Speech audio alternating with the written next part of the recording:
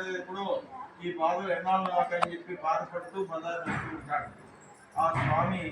ఏం చేస్తాడంటే, ఈ బ్రాహ్మణుడు చాలా మంచివాడు, కష్టాలు పడుతున్నాడు, అతనికి కష్టాలు తొలగిపెట్టేట్టు చేయాలని చెప్పి ఏం చేస్తారంటే, ఆయన ఒక వృద్ధ బ్రాహ్మణుడు, ఈయన కూడా ముసలి బ్రాహ్మణుడు ఉంది, అతని ఎదురుగుండా పోయి, ఓ బ్రాహ్మణోత్తమా ఏంది బాధపడుతున్నామని అడిగితే, ఓ స్వామి మీరెవరో ఇప్పటివరకు నన్ను ఏంటిగా విచారించిన వాళ్ళు ఎవరు లేరు, మీరెవరు మహానుభావం మాదిరి ఉన్నారు, నేను పేదరికంతో కష్టపడుతున్నానయ్యా, నా దగ్గర ఎలాంటి ఆస్తిపాస్తులు లేవు, భిక్షాటం చేసుకుని జీవిస్తున్నానయ్యా, నాకు ఈ కష్టాలు తొలగిపోయేదానికి మీరు ఏదన్నా ఉపాయం ఉంటే చెప్పమని చెప్పి ఈ బ్రాహ్మణుడు ఆయన్ని కోరుతాడు. ఆయన సత్యనారాయణ స్వామి అని తెలియదు. అప్పుడు ఆయన ఏం చెప్తాడు, పోయి భూలోకంలో విష్ణుమూర్తి సత్యనారాయణ స్వామి రూపాన్ని పొంది ఉన్నాడు, నువ్వు కానీ మీ ఇంట్లో ఆ వ్రతం చేసుకున్నావంటే నీకుండే కష్టాలన్నీ కూడా తొలగిపోతాయని చెప్పి ఈ వ్రతం ఎలా చేయాలో అన్నీ కూడా వివరంగా చెప్పి ఆ స్వామి అదృశ్యమైపోతాడు. పోయిన తర్వాత ఈ బ్రాహ్మణుడు చాలా సంతోషపడి ఆనందపడి కష్టాలన్నీ తొలగిపోతాయి, ఎట్లాగైనా సరే మా ఇంట్లో వ్రతం చేసుకుంటానని చెప్పి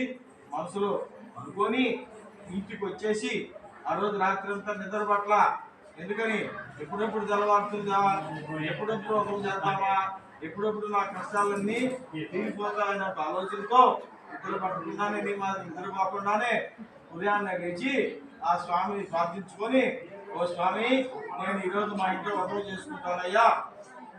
నా దగ్గర ఎలాంటి ధనం కానీ ఏమీ లేదు, నేను భిక్షానికని ఊళ్ళోకి పోతాను, నాకెంత సంపాదిస్తావో అవన్నీ కూడా ఖర్చు పెట్టి చేసుకుంటానని చెప్పి ఇదంతా సత్యనారాయణ స్వామి యొక్క అనుగ్రహము, నేను రోజు ఊరంతా తిరిగి ఇంత ధనం నాకు వచ్చేది కాదు, ఈ రోజు ఇంత వచ్చింది కాబట్టి ఇదంతా స్వామి యొక్క అనుగ్రహమే అని చెప్పి అనుకొని నీకు ఏమాత్రం ఆలస్యం చేయకుండా పూజకి కావాల్సిన వస్తువులను కూడా తెచ్చుకొని అందరిని పిలిచిచ్చాడు కదా, మీ బంధువులు వచ్చినట్టుగానే అందరూ వచ్చారు. వచ్చి ఆ రోజుల్లో ఆ బ్రాహ్మణుడు ఇదే విధంగా సత్యనారాయణ స్వామి వ్రతం చేసుకున్నాడు. వ్రతం చేసుకున్నందువల్ల ఆ స్వామి యొక్క అనుగ్రహం వల్ల అతను పేదరికం అంతా పోయేసి బాగా ధనవంతుడయ్యేసి ఆఖరి దశలో ఆ కుటుంబం అంతా కూడా మోక్షాన్ని పొందుతారు. ఆ బ్రాహ్మణుడు ఒక్కడే చేశాడా, ఇంకెవరైనా వ్రతం చేశారంటే ఊళ్ళో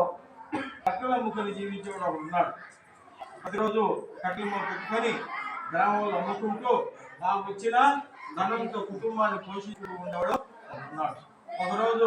ఆ కట్టెలు అమ్ముకునేవాడు కట్టెలు పెట్టుకొని బజారును పోతూ బాగా మధ్యాహ్నం అయ్యేసరికి ఇక ఎండ ఎక్కువగా ఉన్నది, ఇక నేను అమ్ముకొని కష్టపడలేదని చెప్పి ఆ వాకిట్లో నిలబడి ఇంటి వైపు చూస్తాడు. చూసి ఇక్కడేదో పూజా కార్యక్రమం జరుగుతున్నట్టున్నది, ఇక్కడేదో బంధువులంతా కూడా వచ్చినట్టున్నారు, మధ్యాహ్నం భోజనం పెడతారు, కాసేపు భోజనం చేసుకుని మళ్ళా పోదామని చెప్పి ఆ కట్టెలు అక్కడ పెట్టేసి వచ్చి వాకిట్లో కూర్చొని ఇదంతా కూడా చూస్తాడు. చూసి ఈ పూజ అంతా కూడా చూసి మనం ఇచ్చినటువంటి ప్రసాదం తీసుకొని తర్వాత భోజనం చేసుకొని పోతూ ఆ బ్రాహ్మణుని అడుగుతాడు, ఓ స్వామి మీరు వ్రతం చేశారు కదా, ఈ వ్రతం చేస్తే ఏం ఫలితం వస్తుంది, దేనికోసం ఈ వ్రతం చేశారని చెప్పి అడిగి ఆ బ్రాహ్మణుడు జరిగినంత విషయం అంతా కూడా చెప్పిన తర్వాత ఇతను కూడా సంతోషపడి ఆ స్వామిని ప్రార్థించుకుంటాడు. ఓ స్వామి